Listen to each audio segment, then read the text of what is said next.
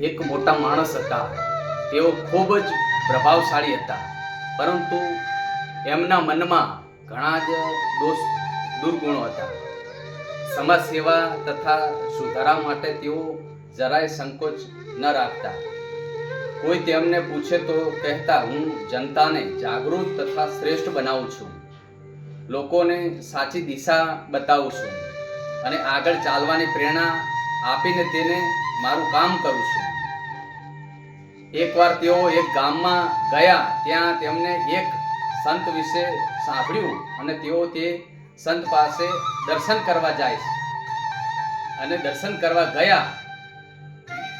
તેમને ત્યાં ગયા ને સંતે સાણ લાવવાની આજ્ઞા કરી. પેલા મોટા માણસ સાધુના એવા વ્યવહારથી ખૂબ નારાજ થઈ ગયા, પરંતુ હસતા હસતા બોલ્યા, ક્યાંથી લાવું સાણ? સંત બોલ્યા, પેલી ગૌશાળામાંથી લઈ આવો. અને સંતે કહ્યું, એ સાણ અહીં મૂકી દો અને પેલું પુસ્તક લઈ આવો અને તેને લૂછી નાખો.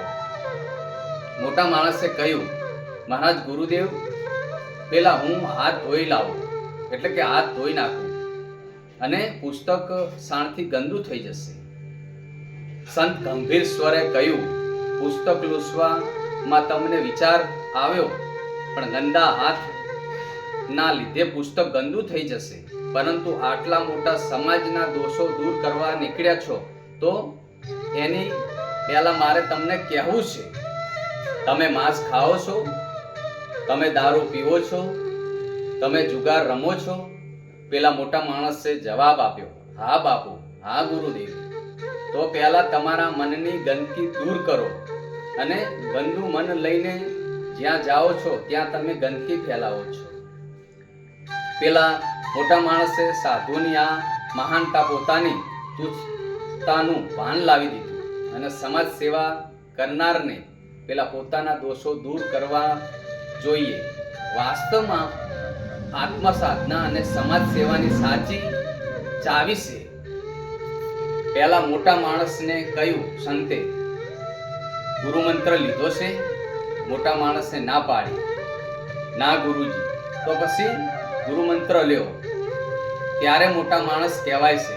પોતાની જાતને મોટા સમજો છો, પણ જીવનમાં તો કશું છે નહીં અને કહો છો કે અમે તો મોટા માણસ છીએ.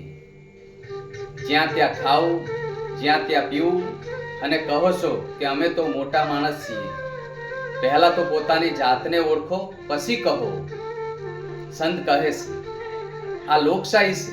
તમારા સંસ્કાર અને ભણતર એટલે કે શિક્ષણ, મા બાપના આશીર્વાદ, ગુરુજીની કૃપા, ભગવાનની દયા, આ બધું જ હોય ત્યારે મોટા માણસ બનાય છે.